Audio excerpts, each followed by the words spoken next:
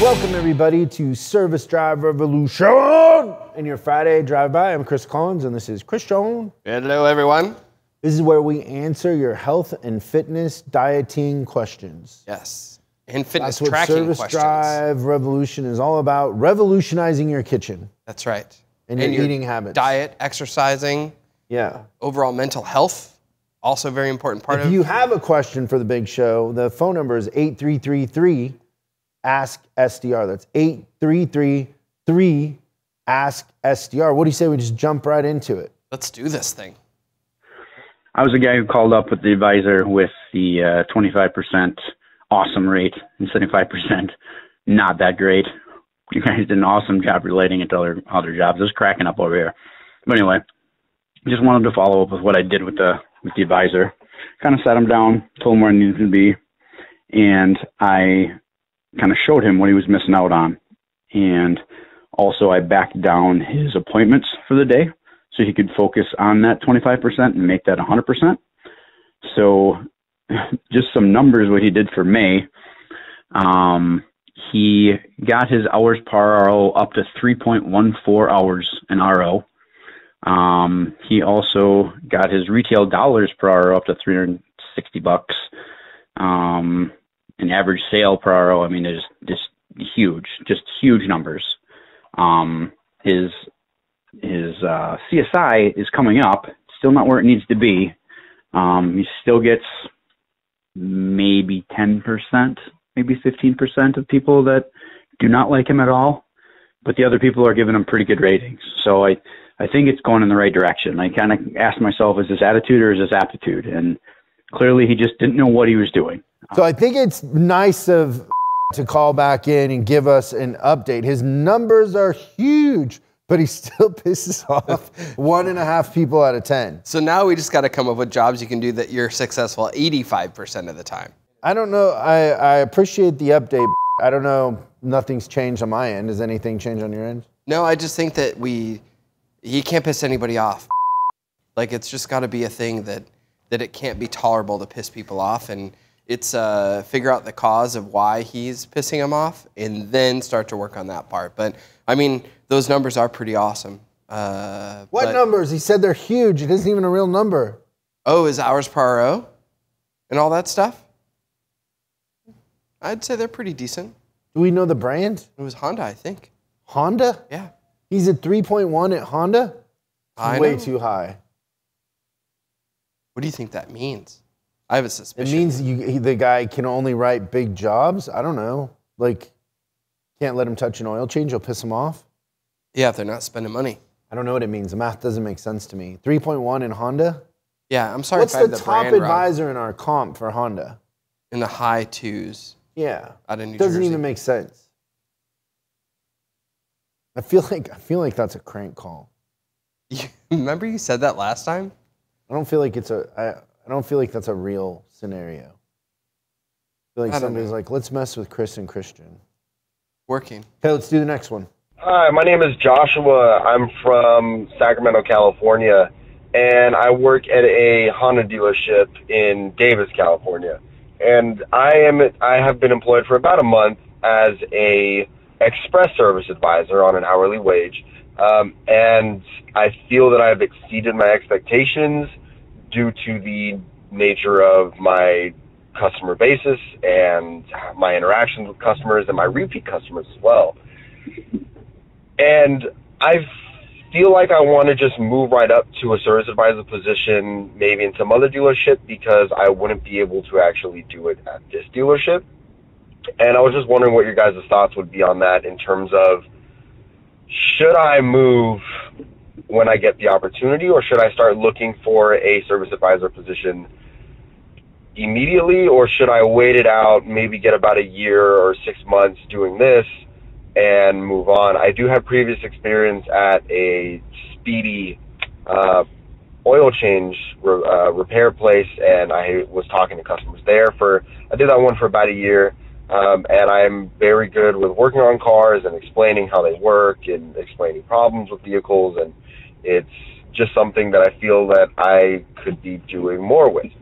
So if you guys could please give me an answer to that, I'd really appreciate it. Thank you. This guy works at a Honda dealership then. Okay, so that makes way more sense to me. Did you know, and I know that we probably don't talk about religion enough on this show, but did you know that Jesus used to drive a Honda? It says it in the Bible. He just didn't talk about it very much. But in John, I got it written down here, John 12:49, it says, "For I did not speak of my own accord." Little theology for everybody. Oh, that's pretty funny. Joshua, thank you for the question. These questions sometimes feel personal, like maybe a little lot bit. of personal, giving you career advice is very personal. Well, I was going to go first. Well, you did with your joke. Yeah, I've got more. I'm more than just jokes, Chris. Okay, go ahead. There's so much more depth to me. I'm a really, really emotional person. Eventually, we'll uncover that. But I think, Josh, stay the course. Keep writing the tickets. Like, honestly, when you're doing the Express, I think that you get the reps of writing a lot of tickets. You get to connect with a lot of customers. The cool thing is that if you write there long enough, you get to start to build your customer base, and then people in 6 months are like, "Hey, Josh, how are you?" Because they recognize you from before. And then when the opportunity presents itself, then I think that you'll move up to an advisor, and you'll already have that customer base that you transition into your main shop customers.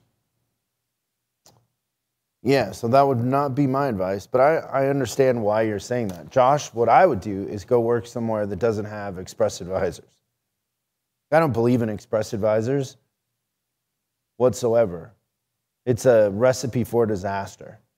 Like, what's the life of an Express advisor? So you can't tell the customer about anything else. What happens if you write an Express and it needs more work? It goes to the main shop. And to what advisor?